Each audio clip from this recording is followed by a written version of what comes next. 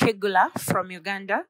I am formerly a death row prisoner who spent 16 years in prison.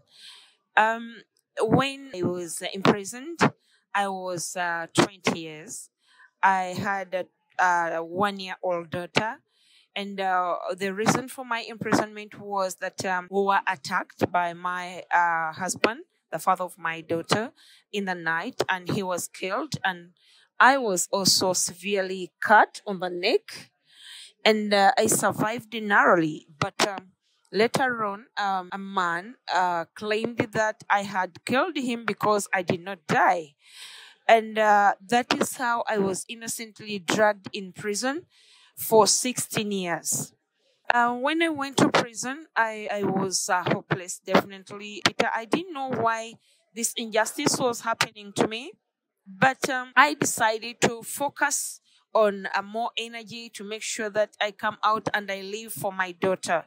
So when I was in prison, I decided to support fellow women on death row because they condemned me to death, and I could not believe because I was purely innocent. And I was their leader, so I started a school in prison to empower the women who had not understood court cases because they were conducted in English, and many of them had not gone to school.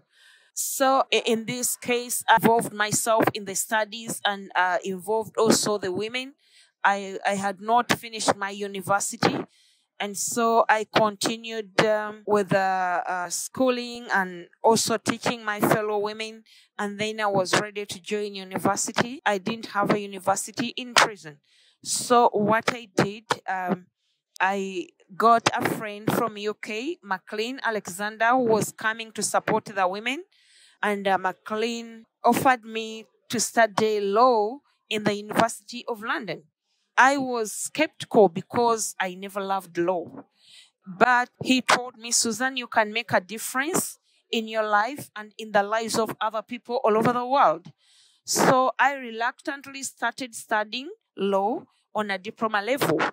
And after 2 years, I was able to graduate from the University of London with a diploma in law. And the university were impressed by my results. I was among the best. And they extended the scholarship for me to study for a law degree, which I took. I was studying under harsh conditions. I didn't have a class. It was a one-man's class, studying under a tree, studying under sunshine, under rain. And also it was foreign to the prison warders who did not understand why a death row prisoner may really study law. But I had started helping my fellow prisoners in prison through training them on legal representation, writing for them memorandums of appeal and mitigation and other legal areas. And I was very impressed when they started getting lesser sentences and others were being released. So I passionately continued with studying law. And by the time I came out, I graduated with a law degree and became a lawyer. But while I was in prison still, I led a death penalty petition, which is famously known as Susan Kigula and 417 others. It was in our Constitutional Court of Uganda, and we're challenging mandatory death sentences, we're challenging the death penalty, we're challenging long stay on death row, and the manner in which it is carried out. So after that, mandatory death sentences in Uganda were abolished. And that was cool. That was really fantastic because this changed the laws of Uganda. So I was released, and so many other prisoners on death row were regained their freedom. And I have continued with the movement and the fight and the struggle against the death penalty all over the world. As a human rights activist, a lawyer, and a voice for those who are still behind prisons, I also do a lot of education to the youth in different countries, because we need to sensitize the youth about the dangers of the death penalty, and we need to send our voice to the leaders of the world that we don't need the death penalty. Democratic governments don't need a death penalty.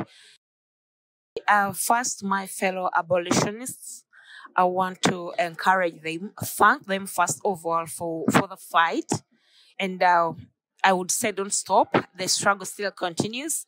I know we are doing it under very challenging circumstances, but I want to encourage you that let's continue.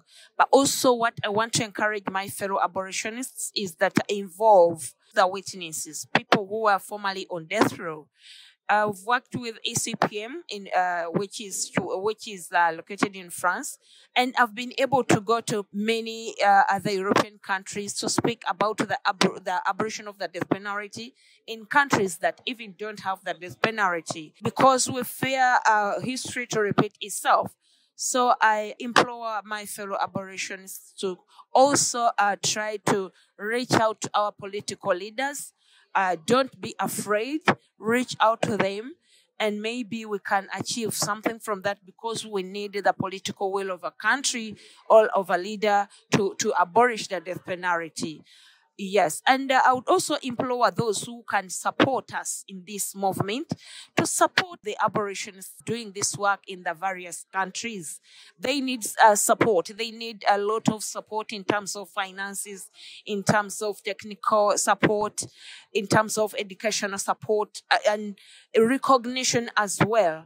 Because this movement, this fight, this struggle needs people who are passionate. Once we have those passionate people spearheading the movement, spearheading the abolitionist struggle, they need to be supported so that we can achieve what other countries achieved before.